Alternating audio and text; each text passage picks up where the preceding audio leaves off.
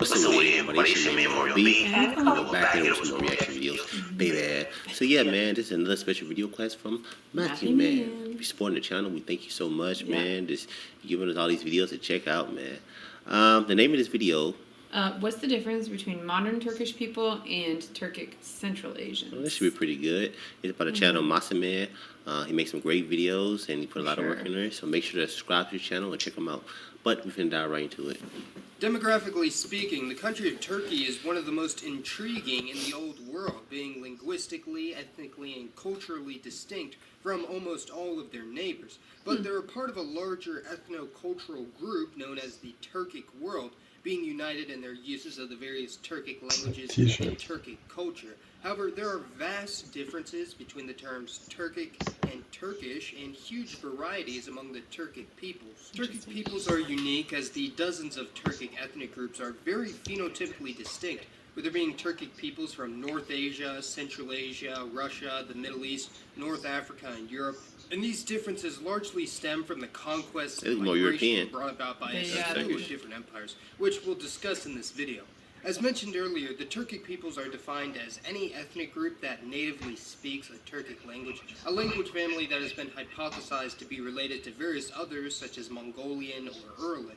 The original Turkic homeland has been postulated to be in Northeast Asia, or Siberia as it's known now, and the Turkic peoples migrated southwest into Central Asia shortly before the rise of the Mongol Empire, which nearly wiped out the former Central Asian population, or at least heavily negatively impacted their numbers.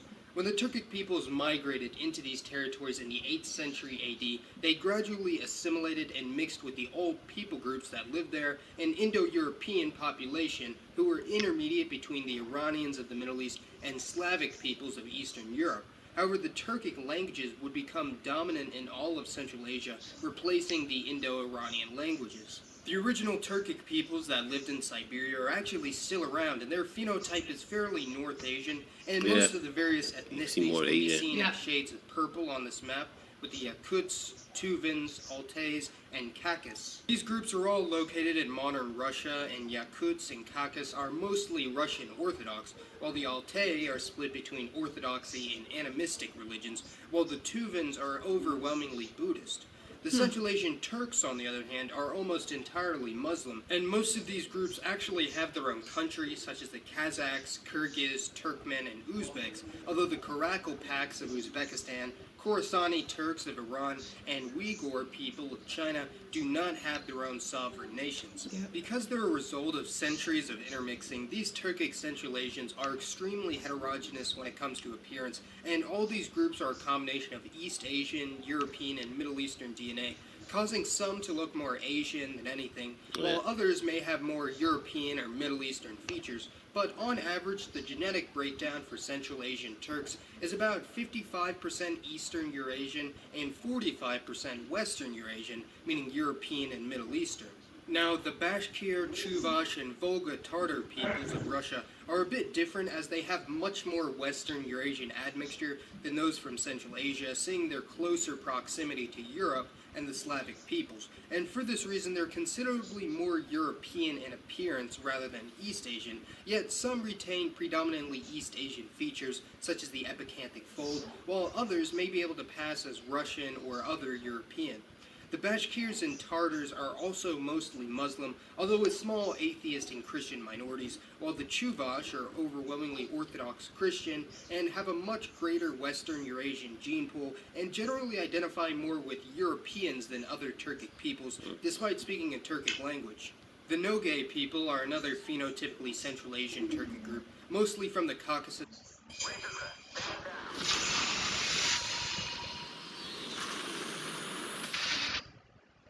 region of Russia, being the successors of the Nogai Horde, which were the successors of the Golden Horde, which was one of the many successors of the Mongol Empire. Now, this brings us to the westernmost division, that being the many Turkic people groups of the Middle East, North Africa, and Europe, who are without a doubt the most numerous and possibly most influential in the modern era. But how did a language native to North Asia end up in Southeast Europe and Anatolia? The Oghuz Turks migrated from Central Asia around the 10th century AD and established the Seljuk Empire, spanning almost all of the northern Middle East. However, they were largely a dominant minority, with the initial number of Central Asian migrants being fairly small. As mentioned previously, as the Mongol Empire swept through Eurasia, slaughtering entire villages and burning cities to the ground, when they reached the relatively more densely populated regions of the Middle East, such as Persia, Anatolia, and Mesopotamia, the death toll was immense. However, the gene pool wasn't significantly altered. The Seljuk Turks assimilated the former natives of Anatolia, who were Indo-European speakers, in a process similar to the Central Asian Turks, however, without the large-scale genetic shifts in the population.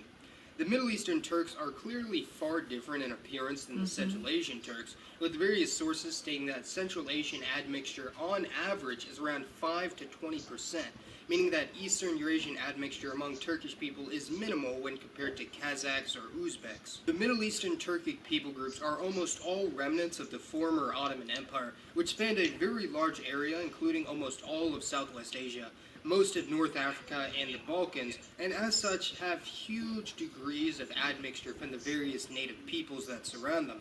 The largest Turkic group would have to be the Turks from Turkey proper, which is also known as Anatolia or Asia Minor, who make up around 70% of the Turkish state and are dominant in the Turkic world. There are also minorities of ethnic Turks in many areas of the former Ottoman Empire, especially in the Balkans, making up a little under 10% in Bulgaria, with smaller amounts in places like Macedonia, Albania, the former Yugoslavia, and the island of Cyprus.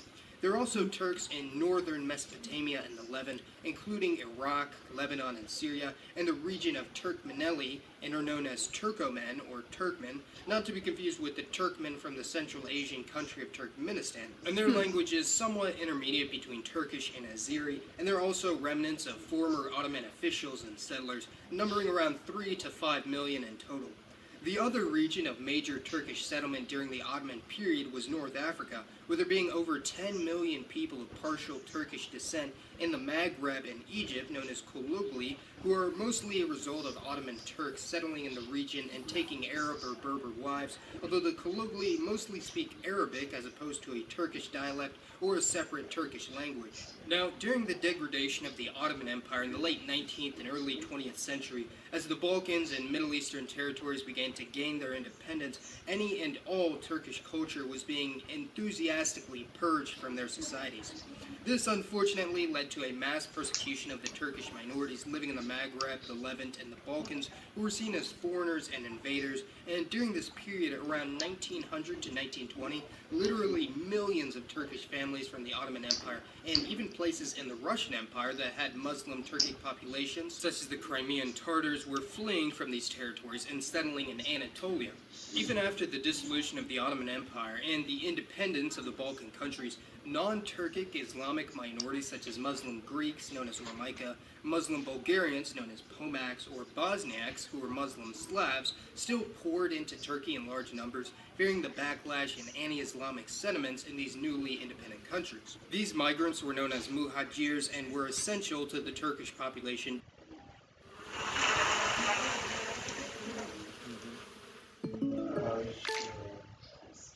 Now get one of our best 5G phones on us when you buy one, and get $500 when you switch. That's Verizon.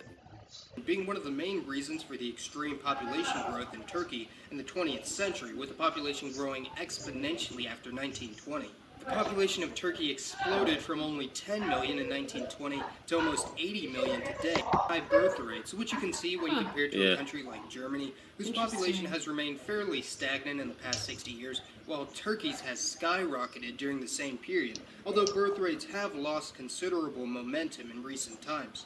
There were also a large number of non-Turkic Muslim groups from the Caucasus migrating to Turkey, such as the Chechens, Abkhazians, Ossetians, Kabardin-Lays, and possibly the most significant of them all, the Circassians, who came from Circassia in southern Russia, where almost the entire population fled to Anatolia during the Russian conquest of the Caucasus in the late 1800s. It's estimated that around 10% of Turkey's population has some Caucasian descent from this wave of migrants, and at least 20% has ancestry from the Muhajirs from Southeast Europe and the rest of the former Ottoman Empire, which has significantly impacted the genetics of the modern Turkish people, although it is difficult to determine just how much, as Turkey hasn't held an ethnic census since 1960. The other major Turkic group in the Middle East would be the Azeris, who inhabit not only the country of Azerbaijan, but parts of eastern Anatolia, Georgia, and a large chunk of northwest Iran, known as southern Azerbaijan, where possibly more ethnic Azeris live than the actual country of Azerbaijan itself. Wow. Azeris are heavily related to and closely connected to Turkish people, with Azeri and Turkish being partially mutually intelligible, although it's incredibly unlikely that they'd unite as a single country anytime soon.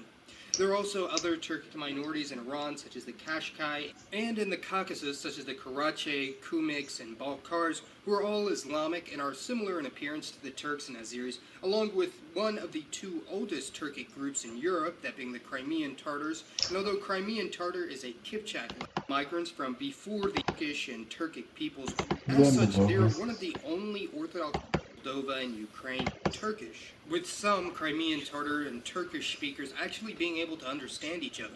The last Turkic group, and one of the more interesting, are the Gagauz people from Moldova and Ukraine, descended from Turkic migrants from before the Ottoman era, and as such, they are one of the only Orthodox Christian Turkic ethnic groups in the region, and genetically are almost entirely European, having mixed with the surrounding population for hundreds of years.